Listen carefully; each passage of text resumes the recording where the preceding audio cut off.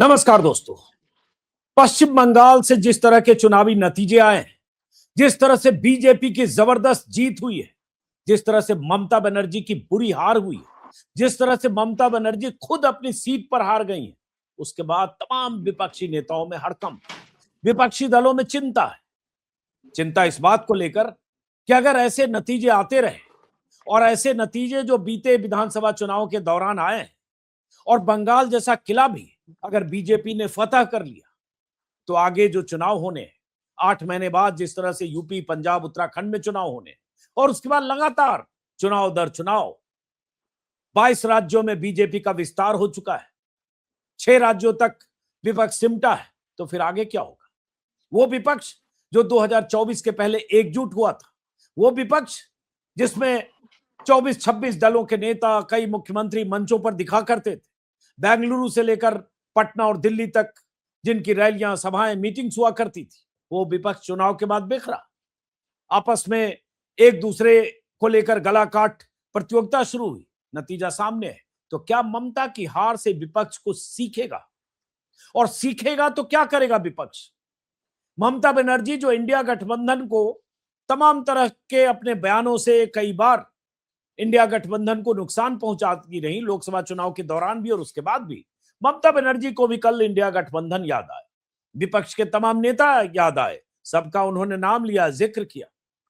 तो इसको समझने की कोशिश करेंगे कि बीजेपी के इस विस्तार के सामने विपक्ष की क्या चुनौतियां हैं और विपक्ष ममता बनर्जी की हार से या बीजेपी की जबरदस्त जीत से क्या सबक लेगा। हमारे साथ खास मेहमान है संजय सिंह, आम आदमी पार्टी के राज्यसभा सदस्य, फायर ब्रांड लीडर हैं, बहुत मुखर वक्ता हैं, लगातार संसद से सड़क तक प्रधानमंत्री मोदी और उनकी पार्टी पर हमलावर होते हैं। हालांकि अलग बात है कि संजय सिंह की पार्टी के 7 राज्यसभा सदस्य राघव चड्ढा जैसे चेहरे उसी बीजेपी में चले गए जिस बीजेपी को पानी पी कर संजय सिंह सदन से लेकर सड़क तक कोसते रहे। लेकिन अब सवाल विपक्ष का है। तो हमारे साथ संजय सिंह हैं, बहुत बहुत स्वागत है संजय सिंह जी। नमस्कार, आपके दर्शकों को नमस्कार। पहला सवाल तो यही है जो स्क्रीन पर लिखा है कि ममता की हार से सबक सीखेगा विपक्ष, और सीखेगा विपक्ष तो क्या सबक सीखेगा विपक्ष? देखिए, पहली बात तो ये कि इसको ममता की हार कहना अपने आप में ही सही मूल्यांकन नहीं होगा या ममता बनर्जी जी के साथ अन्याय होगा। ममता बनर्जी एक लोकप्रिय नेता बंगाल की थी, हैं और रहेंगी। उन्होंने मजबूती से चुनाव लड़ा, हर मोर्चे पर भारतीय जनता पार्टी को जवाब दिया। लेकिन ये लोकतंत्र था या लूट तंत्र था, सवाल ये होना चाहिए। और आज पूरा देश यही सवाल पूछ रहा है कि ये कौन सा लोकतंत्र था जिस लोकतंत्र के अंदर चुनाव आयोग ने लाखों मतदाताओं के वोट काट दिए, उनको मताधिकार से वंचित कर दिया। 27 लाख वोटर्स, 27 लाख मतदाता अपने मताधिकार से वंचित हो गए। यहां तक कि कांग्रेस के एक प्रत्याशी का भी नाम एसआईआर के जरिए काट दिया गया था, बाद में उसको जोड़ा गया और वो कांग्रेस का कैंडिडेट जीत गया चुनाव। इस प्रकार का एसआईआर जिसमें 6 लाख नाम फाइनल वोटर लिस्ट आने के बाद जोड़ दिया गया। अजीत अंजुम जी को नहीं पता, ममता बनर्जी जी को नहीं पता, किसी मीडिया पत्रकार को नहीं पता। वो 6 लाख नाम आसमान से टपके या जमीन से पैदा हुए, कहां से आए और कैसे जुड़ गए? तो सवाल ये उठता है कि ये 6 लाख मतदाता फाइनल वोटर लिस्ट आने के बाद कैसे जुड़ गए, कहां से आ गए? और आप इसको चुनाव मानते हैं जिसमें डीजीपी हटा दिया गया, चीफ सेक्रेटरी हटा दिए गए, कई जिलों के डीएमएसपी हटा दिए गए, सीएपीएफ के 2.5 लाख सैनिक वहां तैनात कर दिए गए, 2.5 लाख सुरक्षा बल तैनात कर दिए गए। अजीत अंजुम जी, आपके दर्शकों को याद होना चाहिए, ईरान से लड़ने के लिए ट्रंप ने 50,000 सैनिक उतारे थे और ममता बनर्जी से लड़ने के लिए नरेंद्र मोदी जी ने 2.5 लाख सुरक्षा बल उतार दिए। बंगाल के अंदर, और वहां पर यूपी काडर के अधिकारी जाके धमका रहे हैं लोगों को, वहां अलग अलग राज्यों के अधिकारी जाके बंगाल के लोगों को धमका रहे हैं। इसको आप चुनाव कहेंगे? ये लोकतंत्र है कि जिस चुनाव के अंदर इतनी बड़ी धांधलेबाजी के बाद, हजारों करोड़ रुपए खर्च करने के बाद, 2.5 लाख सुरक्षा बल लगाने के बाद, चुनाव आयोग के वोट लिस्ट में धांधली करने के बाद 5% के अंतर से बीजेपी जीत गई। अब गुणगान करते रहिए, पूरा पूरा का पूरा गोदी मीडिया गुणगान करता रहे, पूरे के पूरे भारतीय जनता पार्टी के कार्यकर्ता नाचते कूदते रहे, जा जाके ऑफिस जलाते रहे, हिंसा करते रहे और कहते रहे कि साहब हम बहुत बड़ी हमने उपलब्धि हासिल कर ली। आपको पता है, ये बंगाल में बदलाव करने आए थे। प्रधानमंत्री जी ने कहा हमें बदले की राजनीति नहीं करनी है, हमें बदलाव की राजनीति करनी है। भारतीय जनता पार्टी के लोगों ने टीएमसी के 150 से अधिक कैंडिडेट्स के कार्यालयों में घुस करके तोड़फोड़ और हिंसा की है, लेनिन की प्रतिमा तोड़ डाली। ये बदलाव है, ये बंगाल बदलाव देख रहा है। श्री रामकृष्ण परमहंस जी जी का आश्रम वहां पर एक है, उसकी तोड़फोड़ की वहां की तस्वीरें सामने आई हैं। लोगों की दुकानें जला दे रहे हैं, किसी को दौड़ा दौड़ा के मार रहे हैं, सड़क पे 2 हत्याएं हो चुकी हैं अब तक। इतना ही नहीं, ममता बनर्जी जी की एक रिश्तेदार है, वो बूथ पे जा रही हैं, जहां काउंटिंग बूथ पे, काउंटिंग सेंटर पे जा रही हैं, उनके भवानीपुर में, साथ हाँ, वीडियो बदसलूकी वायरल कर हुआ रहे हैं। था वो। हाँ, तो ये कौन सा चुनाव है सर? तो आपने धांधली करके दिल्ली जीत लिया, धांधली करके हरियाणा जीत लिया, धांधली करके कर्नाटका जीत लिया, धांधली करके महाराष्ट्र जीत लिया। एसआईआर के माध्यम से आप लाखों लाख वोट लोगों के काट पीट कर दे रहे हैं। उसके बाद क्या बताया जाता है? नहीं नहीं साहब, ये तो एक ऐसी स्कीम लेके आए मोदी जी, महामानव जी, कि उससे सारा कुछ सब परिवर्तन हो गया, क्लिक कर गया बिल्कुल। भाई 42,000 वोट आप केजरीवाल की कॉन्स्टिट्यूंसी में काट देंगे और केजरीवाल जी 4,000 वोट, 3,000 वोट से हार जाएंगे, इसको आप अपनी जीत बताते रहिए। तो ये तो अब पहली सवाल बात तो ये ममता बनर्जी की हाँ, हार नहीं है, नंबर 1। हाँ, ये हार है लोकतंत्र की, ये हार है संविधान की, और ये जीत है गुंडागर्दी की, ये जीत है चुनाव आयोग की, ये जीत है हजारों करोड़ रुपए पानी की तरफ बहाने की, जीत है शासन और सत्ता के तंत्र का दुरुपयोग करने की। ये उसकी जीत है। संजय जी देखिए, आप ये जो तमाम सवाल उठा रहे हैं, ये अपनी जगह बहुत सारे सवाल वाजिब हो सकते हैं, क्योंकि 27 लाख लोगों का वोट कटना कोई मामूली बात नहीं है। एक वोट से भी, आज ही खबर आई है टाइम्स ऑफ इंडिया में कि एक वोट से डीएमके का एक मंत्री तमिलनाडु में टीवीके से हार गया, एक वोट से। और हम लोग बार बार सीपी जोशी का जिक्र करते हैं, जो राजस्थान में हार गए, बहुत बड़े नेता थे, कभी मुख्यमंत्री का दावेदार हुआ करते थे, बाद में अभी स्पीकर थे गहलोत सरकार के समय। तो एक वोट भी मायने रखता है, 27 लाख कटा। लेकिन आज जो विपक्ष, ये सब टीवी पर विपक्ष के नेता बोल रहे, विरोध कर रहे, तो करते ना उसी समय एकजुटता दिखती। सारे जो विपक्षी दल है, कोलकाता से लेकर दिल्ली तक रैलियां, धरना प्रदर्शन करते और कहते कि जब तक ये 27 लाख लोगों के नाम सबके ट्रिब्यूनल में सबकी सुनवाई नहीं हो जाएगी, तब तक हम चुनाव में हिस्सा नहीं लेंगे। विरोध तो उस तरह से करते, तो विरोध देखिए तो नहीं हुआ अजीत उस जी, तरह मैं से। आपकी ठीक इस है, बात से मायावती ने 100% सहमत हूं। ममता बनर्जी ने सुप्रीम कोर्ट से लेकर हाई कोर्ट तक अपनी बात रखी, लेकिन विपक्षी एकजुटता तो तब दिखी नहीं। अब ये कहने से तो होगा नहीं। मैं आपकी इस बात से 100% सहमत हूं, लेकिन अजीत अंजुम जी घूम तो रहे थे पर बिहार के एक एक गांव, एक एक जिले में, और उन्होंने दिखाया कि किस तरह से एसआईआर के माध्यम से गड़बड़ी की जा रही है बिहार में। लेकिन शासन प्रशासन ने, केंद्र की सरकार ने ना तो आपकी उन रिपोर्ट्स के ऊपर ध्यान दिया, ना उसमें कोई बदलाव किया। अब आ जाइए आप सुप्रीम कोर्ट। बिहार में भी सुप्रीम कोर्ट आए थे सारे लोग, उन्होंने कहा था लाखों वोट काटे जा रहे हैं, गलत हो रहा है, जिंदा लोगों को मार दिया जा रहा है, मरे लोगों को जिंदा कर दिया जा रहा है। और सारे प्रमाण आपने दिखाए थे कि किस तरह से ऑफिसेज में बैठ करके खाली एक तरफा साइन कर करके लोगों के फॉर्म भरे जा रहे थे। इतना बड़ा घोटाला हुआ बिहार के अंदर, और उसके बाद मैंने चुनाव के पहले ही कह दिया था, अगर एसआईआर हुआ तो एक तरफा एनडीए जीतेगा और एक तरफा एनडीए जीती वहां पे। तो आप बिहार, दिल्ली, महाराष्ट्र, हरियाणा, कर्नाटक, कितने राज्यों का उदाहरण, और अभी बंगाल। और फिर इसको कहा जाता है कि साहब ये जो महामानव की भारी जीत है। अब आपने विपक्ष का जो सवाल किया, मैं भी आपकी बात से सहमत हूं। हाँ, वो उस पर सारे आना विपक्ष चाहिए, को क्योंकि एकजुट तो हो होकर गया सो हो गया, रिले रेस हो में गया तो हो आंदोलन गया। नहीं चलेगा। और क्योंकि संजय जी, एक चीज एज ए जर्नलिस्ट मैं कहूंगा कि ममता बनर्जी अगर 80-81 पर अटक गई 215 से, और बीजेपी अगर 207 पर चली गई, तो ये कहना कि सिर्फ एसआईआर की वजह से हो गया, सिर्फ 27 लाख वोट कट गए इसलिए हो गया, सिर्फ डिलीट हो गए विधानसभाओं में वोट इसलिए होगा, ये भी गलत होगा, ये भी पूरी तरह से सही नहीं होगा। फिर क्योंकि मैं दोहरा सिर्फ देता हूं, उसके आधार पर बीजेपी ने पिछले चुनाव से इस बार 125 सीटें ज्यादा सिर्फ उससे नहीं जीत ली है। फिर मैं दोहरा देता हूं, हाँ फिर मैं दोहरा देता हूं। हाँ मतों का अंतर कितना है? मत प्रतिशत में 5% का अंतर है। हाँ, 31 अजीत लाख अंजुम जी, 32 लाख 31-32 लाख के आसपास। 5% का अंतर है। हाँ हाँ, और सामने है धांधली करके और शासन तंत्र का दुरुपयोग करके वो, मैं फिर दोहरा रहा हूं और अपनी बात पे कायम हूं कि वो 5% वोट मैनेज किया गया।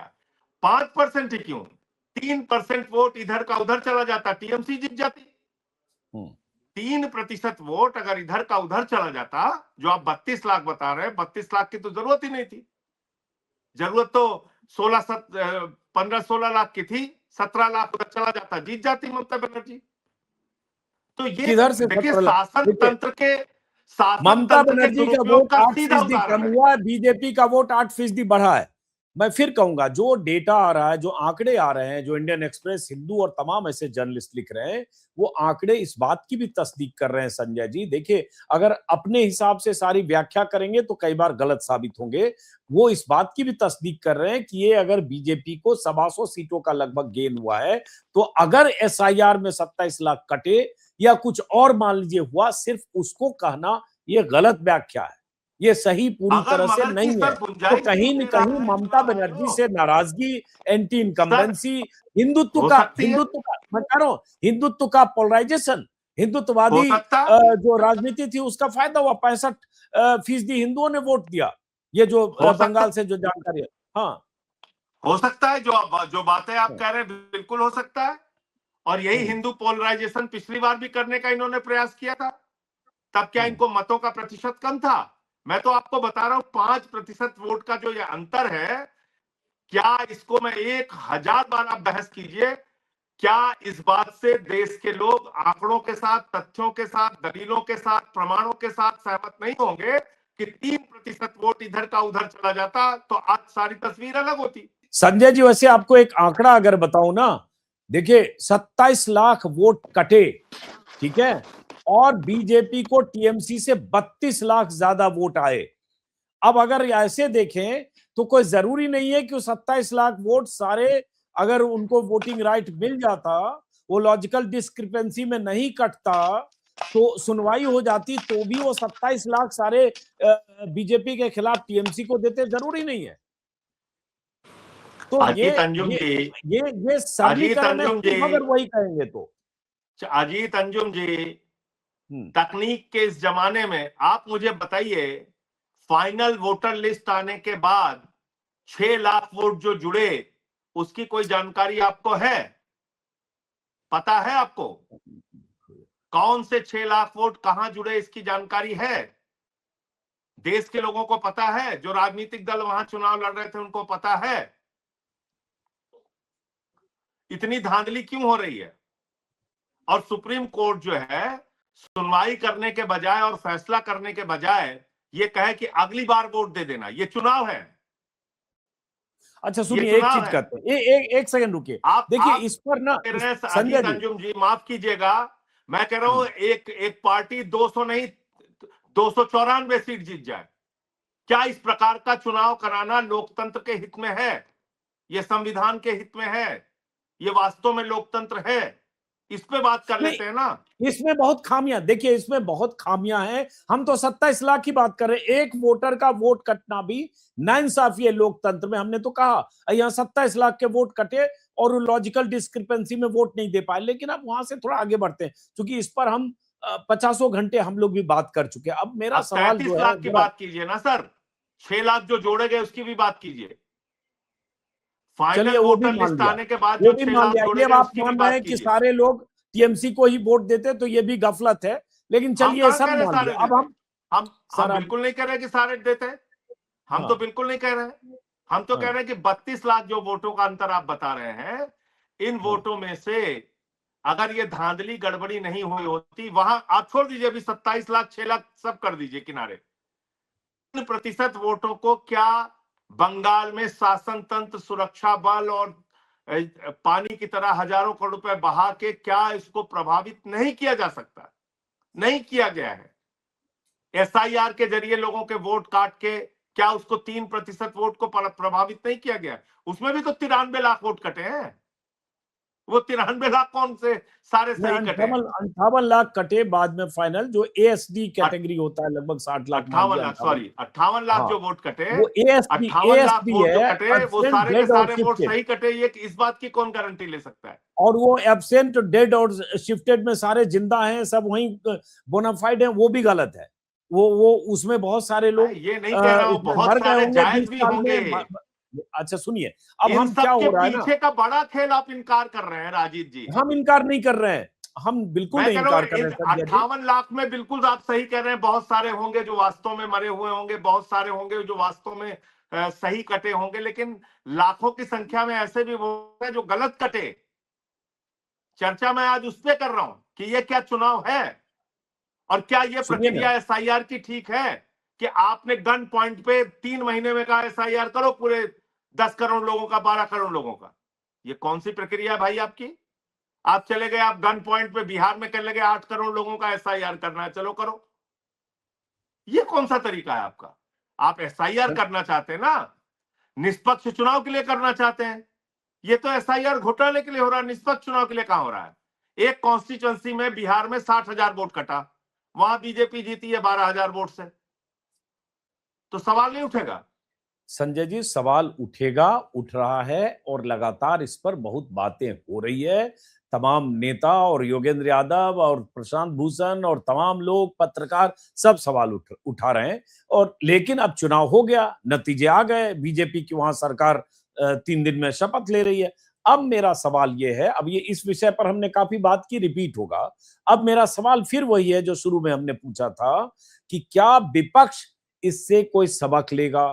क्या विपक्ष को लगता है कि एकजुटता जरूरी है? क्या विपक्ष को लगता है जैसे 2024 में मोटे तौर पर एकजुटता 24 के पहले बनी जो बाद में बिखर गई? क्या विपक्ष को नए सिरे से आपसी लामबंदी, आपसी गठबंधन के बारे में सोचने की जरूरत है, या मान रहे हैं कि ही एसआईआर एसआईआर एसआईआर करते रहेंगे? इसका 2 हिस्सों में मैं जवाब दूंगा। हाँ, पहला हिस्सा तो यह है कि सारा विपक्ष एकजुट हो जाए, लेकिन अगर ये खेल चलता रहेगा जिसमें तमाम एसआईआर से लेके और जो तमाम नए नए हथकंडे हैं, जो ईडी सीबीआई से लेके तमाम तरीके के जो इनके कारनामे हैं, अगर वो जारी रहे तो ये जरूरी नहीं है कि विपक्ष की एकजुटता के बावजूद चुनाव के परिणाम में आप कोई बहुत बदलाव कर पाएंगे। नंबर 1 मेरा तो ये मानना है। दूसरी बात, अभी किस बात की जरूरत है? अभी इस बात की जरूरत है कि संपूर्ण विपक्ष मिलकर चुनाव की प्रक्रिया निष्पक्ष हो, लड़ाई इस बात की होनी चाहिए, और वो रिले रेस में नहीं होगा, वो रस्मदायगी में नहीं होगा, वो 15 दिन के आंदोलन में नहीं होगा, वो 1-2 रैलियों से भी नहीं होगा। उसके लिए पूरी जनता को, जनमानस को तैयार करना पड़ेगा कि ये आपके साथ धांधली और घोटाला हो रहा है, लोकतंत्र का गला घोटा जा रहा है, बाबा साहब के संविधान को कुचला जा रहा है, आपके वोट के अधिकार को छीना जा रहा है और डेमोक्रेसी पे कब्जा किया जा रहा है। और ये लड़ाई हो सकता है 6 महीने चले, हो सकता है 1 साल चले, लेकिन सड़क से सदन तक पहली लड़ाई संपूर्ण विपक्ष को निष्पक्ष चुनाव कराने के लिए लड़नी होगी, जिसमें एसआईआर का जो ये घपला चल रहा है, ब्राजील की मॉडल को हिंदुस्तान का वोटर बनाने का मॉडल जो चल रहा है, इस पर कैसे रोक लगेगी? बांग्लादेशी घुसपैठियों के नाम पर देश भर में प्रोपेगेंडा करके और 5, 6, 7, 10 बांग्लादेशियों को वास्तव में वोटर लिस्ट से काट कर और हिंसा और गुंडागर्दी करके कब तक ये खेल चलता रहेगा भारतीय जनता पार्टी का? पहली लड़ाई इस बात के लिए सड़क से सदन तक होनी चाहिए। जब तक तो वो क्या वो सुधार नहीं होगा, तब नहीं तक तो क्या ये चुनावी लड़ाई गठबंधन सड़क से मात्र संसद करने तक? से आप मान लिया फैसले सर, में कोई बड़ा परिवर्तन कर पाएंगे, उसकी उम्मीद कम है। मान लिया, लेकिन यही लड़ाई अगर आप कह रहे हैं सड़क से संसद तक, तो ये लड़ाई सड़क से संसद तक लड़ने के लिए भाई विपक्षी एकजुटता चाहिए। वो एकजुटता है क्या? वो ममता बनर्जी अगर एसआईआर को लेकर 27 लाख नाम कटे, इसको लेकर अगर वहां सड़क से संसद तक या सुप्रीम कोर्ट तक लड़ रही थी, तो कहां विपक्ष इस एसआईआर, लड़ाई में हम साथ इंडिया गठबंधन का हिस्सा नहीं, लेकिन एसआईआर की लड़ाई में साथ थे नहीं थे हम? हाँ। आप तो बताइए। अब यही बात आ गई, अब यही बात आ गई कि किसी गठबंधन का हिस्सा नहीं है, आपस में सब सर फुटबॉल करेंगे तो कहां से होगा फिर? सर मैं आपसे बीजेपी के कहता पास हूं सब कुछ है। एसआईआर की लड़ाई में हम साथ थे ना, यही तो आपको बता रहा हूं मैं। एसआईआर की लड़ाई में दोनों सदनों में आम आदमी पार्टी साथ में खड़ी थी विपक्ष के। महिला आरक्षण के सवाल पर जब इस देश में डिलिमिटेशन के नाम पे उत्तर दक्षिण को बांटने की कोशिश, लड़ाने की कोशिश बीजेपी ने की, सारा विपक्ष एकजुट था, हम उनके साथ खड़े थे। तो आगे भी अगर आप ये चुनावी घोटाला और घपला कोई रणनीति संपूर्ण विपक्ष मिलकर बनाता है, हमारी पार्टी भी उसके बारे में फैसला लेगी। क्या हम धांधली के पक्ष में खड़े होंगे? क्या हम चाहते हैं कि देश में ये चुनावी घपला घोटाला ज्ञानेश कुमार का, ईडी सीबीआई का चलता रहे? नहीं तो फिर सवाल तो ये है ना, एक तो वो है, सुन लिया, एक ही चीज आप लोग उसी पर बार बार बोल के एक जो दूसरा सवाल है उसको डक करते हैं। भाई अगर विपक्ष अगर एकजुट नहीं होगा, चाहे चुनाव आयोग के खिलाफ लड़ने के लिए हो, चाहे सड़क पर लड़ने के लिए हो, चाहे पश्चिम बंगाल में सारे विपक्ष के बिल्कुल नेता लड़ने। जुट गए होते कि 27 लाख कटाए और हम इस चुनाव में हिस्सा नहीं लेंगे जब तक 27 लाख लोगों को तो उनके मताधिकार से वंचित लड़ने में किया हम जाने पीछे वाला कहां रहे? तैयार रहेगा। है? लड़ने में हम कंधे से कंधा मिला के साथ खड़े रहे, हम कहां पीछे रहे? आम आदमी पार्टी कहां पीछे रही बताइए? हमने तो आधिकारिक रूप से कहा कि एसआईआर के मामले में हम विपक्ष के साथ है, चुनावी मतलब घोटाले को आपको रोकने के लिए हम विपक्ष के साथ है। संजय जी हम तो आप गिरफ्तारी जब हुई थी जन यहाँ संसद मार्ग थाने में, तो साथ में हम लोग गए थे, हम कहां उसमें पीछे हैं? किसी विपक्षी एक तो एकजुटता की जरूरत है कि नहीं? चलिए अब मैं आपसे ये पूछ रहा हूं, या आपस में विपक्षी विपक्ष एक दूसरे की जड़ एकजुटता की खोदने के पहली लिए चुनाव में जरूरत है लड़ेगा? चुनाव को निष्पक्ष बनाने के लिए। विपक्षी एकजुटता की जरूरत है इन बातों को लोगों तक पहुंचाने के लिए कि सुप्रीम कोर्ट ने कहा अगली बार वोट दे लेना। विपक्षी एकजुटता की जरूरत है कि लोकतंत्र में ये खेल चलेगा नहीं, इसके लिए है। और उसके बारे में जब एक फैसला होगा विपक्ष का, हमारी पार्टी भी फैसला लेगी इस पे। तो आप कुछ बोल ही नहीं रहे हो, इसका मतलब आपको लगता है कि बस विपक्ष कोई एकजुट ना हो, सिर्फ ये संसद में भाषण दे दें, राज्यसभा लोकसभा में जो जहां है ये कुछ मैंने बयान दे कहा दें, कहा उससे होगा? हाँ, आप तो मेरी बात ही नहीं सुन रहे। फिर मैंने हम तो सुन कहा रहे हैं एक ना आपकी बात। लंबी लड़ाई मैं एक चाहे वो सवाल एक पूछ रहा साल हूं, उसका तक जवाब चले। आप नहीं दे रहे हैं। मैंने कहा कि क्या विपक्ष को एकजुट होने की जरूरत है, या विपक्ष बिल्कुल एक जरूरत दूसरे है, की जड़ बिल्कुल खोदने के जरूरत लिए, है। एक दूसरे के राज्य में लड़ने के लिए, एक दूसरे को हराने के लिए वैसे ही लड़ता रहेगा? तो फिर तो बीजेपी, अभी 6 ही राज्य बची है, नक्शा दिखाओ भाई, 6 ही राज्य बची है विपक्ष के पास, राज्य बचे हैं विपक्ष के पास, एक पंजाब अभी आपके पास है। अब ये इसमें पूरे में भगवा लहरा गया 22 राज्यों में एनडीए और भैया ये बीजेपी का। भगवा, मैं कह रहा हूं या आप ये नक्शा दिखाते रहिए, उससे फर्क नहीं हाँ, पड़ता। हाँ। लेकिन ये नक्शा जो है, इसके पीछे जो भारतीय जनता पार्टी ने राज्य दर राज्य कब्जा किया है, उसके पीछे उनका जो घोटाला है उसको आप इनकार नहीं कर सकते। अरे कहाँ इनकार कर रहे हैं भाई? उन्होंने हम जो कह रहे हैं घपला कि जो किया आरोप उसमें है अपनी जगह है, उन आरोपों की लड़ाई विपक्ष लड़ेगा ना, अजीत कहा तो अंजुम कह रहा थोड़े हूं कि नहीं लड़ेगा। मैं कहा कह रहा हूं कि नहीं लड़ेगा? मैं तो कह रहा हूं हाँ, बिल्कुल लड़ना चाहिए। मैं तो कह रहा हूं कि ये लड़ाई एक साल भी चले तो चलानी चाहिए, किसान आंदोलन की तरह सड़क से सदन तक लड़ना चाहिए। मैं तो कह रहा हूं। और चुनाव आए तो सबको एक दूसरे के खिलाफ लड़ना चाहिए। देखिए चुनाव में तो भारतीय जनता पार्टी भी अपने गठबंधन दलों के खिलाफ लड़ती है कई जगहों पे। उसको क्या करेंगे?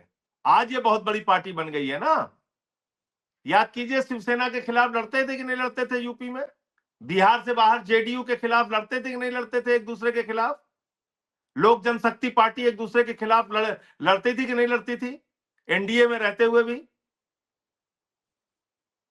मुद्दा आपका क्या है? मुद्दा यह है ना कि देश में निष्पक्ष चुनाव होना चाहिए। उसके लिए पूरे विपक्ष को एकजुट होकर लड़ना चाहिए।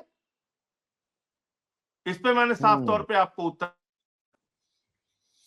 अब देखिए जो विपक्ष भाई, मैं इंडिया तो ब्लॉक का हिस्सा कांग्रेस और लेफ्ट दोनों थी ना। केरल में लड़े एक दूसरे के खिलाफ। तो इसलिए अभी आपका जो सवाल है, केरल में एक मिनट, आपके केरल सवाल में का एलडीएफ, सीधा जवाब यह है, निष्पक्ष केरल चुनाव में कराने के एलडीएफ लिए और यूडीएफ में सड़क ही से सरकार सदन में तक अदला सारे बदली विपक्ष होती है। को एकजुट 10 होकर साल लड़ना चाहिए। एलडीएफ रहा, उसके बाद अब यूडीएफ हो गया। लेकिन जैसे आम आदमी पार्टी ही जाकर लड़ी, गोवा में जाकर लड़ी, हरियाणा में जाकर लड़ी, गुजरात में, हरियाणा में 8-10 सीटें सिर्फ आम आदमी पार्टी की वजह से हार गई होगी कांग्रेस। भले कांग्रेस आम आदमी पार्टी को 1.8% अब कहिए तो फिर से, कई हरियाणा बार में आया। आपको बोल चुका हूं, कहिए तो फिर से दोहरा दूं उसके कारण सारे। हाँ, आपको और पूरे देश को मैं कई बार बता चुका हूं हरियाणा की कहानी, कहिए तो फिर से दोहरा दूं। उसमें आम आदमी पार्टी की कोई गलती नहीं थी, एक पैसे की गलती नहीं थी।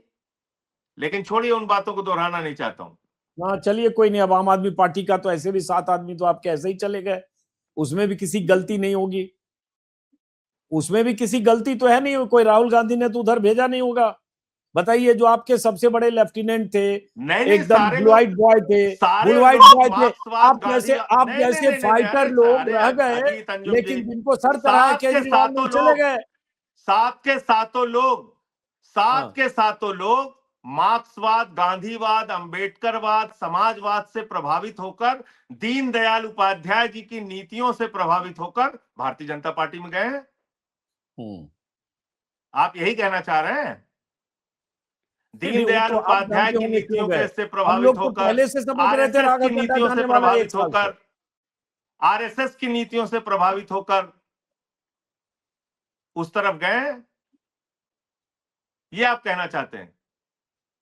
नहीं नहीं, हम कुछ नहीं कहना चाह रहे, हम तो जो तब फिर क्षरण हो रहा है वो देख रहे हैं, वो जिक्र कर रहे हैं। जैसे देखिए, मैं एक ट्वीट आपको दिखा रहा हूँ भैया, स्क्रीन। अपने लाभ के लिए क्या अकेले आम आदमी पार्टी टूट रही है? 1 मिनट रुकिए अपने संजय जी, लाभ के देखिए लिए, दूसरे, 1 मिनट, दूसरे अपने पार्टी लाभ के के लिए लोग आप आप अभी किसी, अभी अपने लाभ के लिए आप अपना ये चैनल बंद करके किसी दूसरे चैनल में जाके एज एडिटर बैठ जाए, कोई रोक सकता है आपको? नहीं नहीं, रोक नहीं सकते। 1 सेकंड रुकिएगा आप जरा। हाँ, जैसे देखिए, हाँ। राहुल गांधी ने एक ट्वीट किया है 5 तारीख को, जिसमें उन्होंने लिखा कि असम और बंगाल में क्लियर कट केस है, किस तरह से वोट चोरी हुई और किस तरह से चुनाव आयोग ने बेईमानी की और पश्चिम बंगाल में 100 सीटों की चोरी हुई। उसका जवाब जो आपकी पार्टी के सोमनाथ भारती विधायक रहे हैं, नेता हैं, उन्होंने राहुल गांधी को ये कह दिया कि ये बात पूरे देश में साफ हो गई कि आपकी दोस्ती भाजपा से है, नापाक वाली है, आप दोनों मिलकर इंडिया अलायंस के पार्टनर पार्टियों को हराने में लगे। आप इसको इंडोर्स करते हैं कि राहुल गांधी बीजेपी के साथ मिलकर इंडिया अलायंस के पार्टनर को हराने काम करते हैं? देखिए, ममता बनर्जी के खिलाफ किसने जाके वहां पे भाषण दिया? दिल्ली में आके किसने अरविंद केजरीवाल के खिलाफ भाषण दिया? अरविंद केजरीवाल गुजरात जाके क्या कर रहे थे? अखिलेश यादव जी को अरविंद मध्य प्रदेश केजरीवाल और गुजरात हरियाणा में में किसने गुलदस्ता गालियां देने दी? गए थे। अरे अखिलेश अरविंद यादव जी केजरीवाल को, प्राइवेट अखिलेश जहाज से यादव जी को गुजरात और किसने गालियां दी? हरियाणा जो जा रहे थे, गुलदस्ता देने गए थे। आप भागने लगे, अब आप सुन ही नहीं हम रहे नहीं बात। भाग रहे, हम नहीं भाग रहे। अखिलेश यादव जी को मध्य प्रदेश और हरियाणा में दी थी। किसने कहा था देखिए इनसे संजय गठबंधन जी, करने की इनकी कोई ताकत नहीं, कोई जरूरत नहीं है? और भी संजय आप जी छोड़ दीजिए, देखिए, अब आप एक एक करके सुनिए। अब देखिए अजीत जी, अब मेरी, आपने सवाल बहुत हम अच्छा किया है, सुनेंगे, तो जवाब सुनिए। अब हम आप, हम बिल्कुल सुनेंगे मध्य और प्रदेश सुनेंगे। में उसके बाद जनता आप ने सुनिएगा कांग्रेस को कि जिताया। किनके किनके खूंटे कहां से बंधे। राहुल गांधी के बारे में तो कोई भी आदमी बोलेगा कि बीजेपी से उसकी सेटिंग है तो लोग ना माने, क्योंकि अरे उसकी सुन तो तो लीजिए, सदस्यता भी जाते जाते अरे रह गई, सुनिए तो, सदस्यता अब चली आप, गई, दोबारा बहाल हुई। अरे अब आप तो सुन ये तो तो, लीजिए, आपने हाँ, सवाल किया हाँ, ना, कोई जवाब भी तो सुनेंगे। सुने, बिल्कुल बिल्कुल। आप जवाब भी तो दे। उत्तरांचल में कांग्रेस पार्टी की सरकार टूटी, भारतीय जनता पार्टी ने तोड़ा, वो अरविंद केजरीवाल ने तोड़ दिया। अरुणाचल प्रदेश में पूरी की पूरी कांग्रेस पार्टी, पूरी की पूरी कांग्रेस पार्टी भारतीय जनता पार्टी में शामिल हो गई, उसको ममता बनर्जी ने किया। मध्य प्रदेश में कांग्रेस को जनता ने जिताया और सारे के सारे कांग्रेसी टूट के भारतीय जनता पार्टी में शामिल हो गए, उसको अखिलेश यादव ने किया। कर्नाटक के अंदर कांग्रेस पार्टी टूट के भारतीय जनता पार्टी के साथ चली गई, उसको स्वर्गीय सीताराम येचुरी जी ने किया था। गोवा के अंदर नंबर 1 पार्टी बनी कांग्रेस पार्टी, उसके बाद टूटकर वो भारतीय जनता पार्टी में चली गई, उसको स्टालिन ने किया था वो तोड़फोड़। कैप्टन अमरिंदर चले गए, अशोक चौहान चले गए, हेमंत विश्व शर्मा चले गए, ये सब राघव चड्ढा चले गए, इसको मायावती संदीप ने जी कहीं चले गए, तोड़फोड़ किया, मित्तल जी कहीं चले गए, नवीन गुप्ता जी पटनायक ने चले गए, तोड़फोड़ किया, कहीं केसीआर ने। खजांची कैसी चले बात आप गए, कर रहे हैं? लाडला लड़का चला गया, कैसी चला तो बात आप कर रहे हैं जिसको सर? जाना होता है चला ही जाता है ना। कांग्रेस के टूटने के और टूटकर भारतीय जनता पार्टी में शामिल होने के विश्व रिकॉर्ड हैं हिंदुस्तान के अंदर।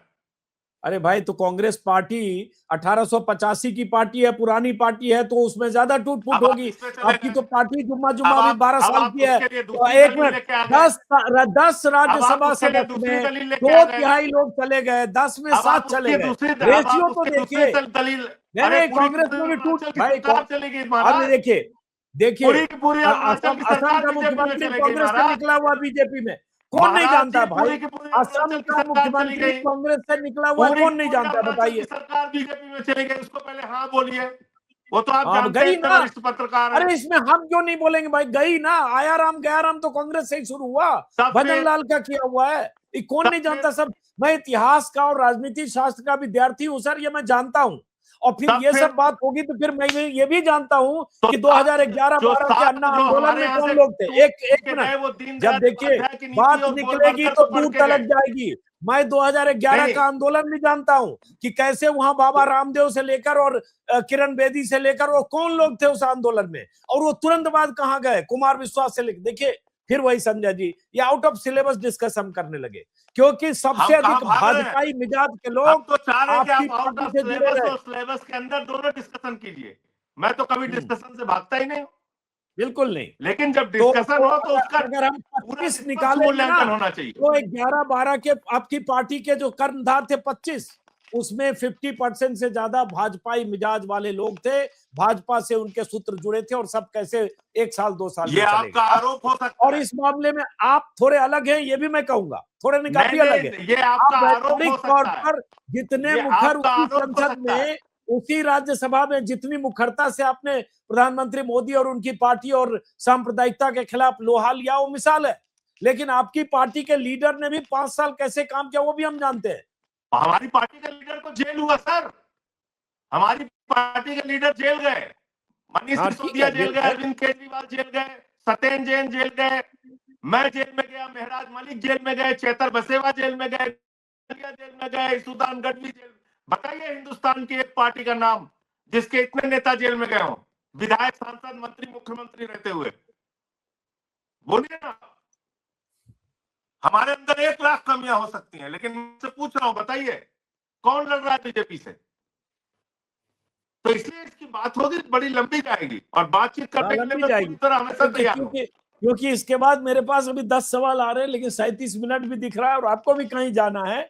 ये तो बात मेरा भी प्रिय विषय है, मेरा भी प्रिय विषय है। देखिए नेटवर्क भी कट गया लगता है। नए नेटवर्क आ गया, मैं देख पा रहा हूं। स्क्रीन ब्लैक हुआ, कोई बात नहीं, मुझे लगता है कहीं नेटवर्क का इशू, फिर वही कैमरा ऑफ हुआ, स्क्रीन ब्लैक हुआ, लेकिन कोई बात नहीं, इस चर्चा को हम आगे जारी रखेंगे। हमारे स्क्रीन पर ये ब्लैक हुआ, शायद मेरे ख्याल से कैमरा आपका ऑफ हुआ संजय जी। लेकिन चलिए इस बातचीत को इसी मोड़ पर खत्म करते हैं। हाँ जोड़िए, नहीं तो लोग कहेंगे कि ये क्या बात होने लगी, क्या अचानक स्क्रीन ब्लैक हो गया। हाँ आ गया, और हेडरूम ठीक कीजिए। और चलिए कोई बात नहीं, आपको भी कहीं जाना है, और मेरे ख्याल से हम लोग 40 मिनट बात कर भी लिए, लेकिन ये इसका मतलब जाते जाते भी आपको लगता नहीं है संजय जी, फिर मैं वही सवाल, एक सवाल कि प्रधानमंत्री मोदी और गृह मंत्री अमित शाह की पार्टी से लड़ने के लिए जो हिंदुत्व के नाम पर बहुत बड़ा, जिन्होंने विराट एक तरह से अपना ढांचा बना लिया, और उसके अलावा आप जो भी कहें, ईडी, सीबीआई, इनकम टैक्स, चुनाव आयोग का गठजोड़, सब उनके साथ है, तो फिर लड़ाई के लिए लगता नहीं है कि अपने छोटे छोटे अहंकार को छोड़कर, ईगो को छोड़कर, अपनी महत्वाकांक्षाओं को छोड़कर एकजुट होने की जरूरत है? बस इसी सवाल से हम खत्म करेंगे और इसका जवाब आप दे दीजिए। निष्पक्ष चुनाव देश के अंदर कराने के लिए मैं फिर दोहरा रहा हूं, सारे विपक्ष को सड़क से लेकर सदन तक एकजुट।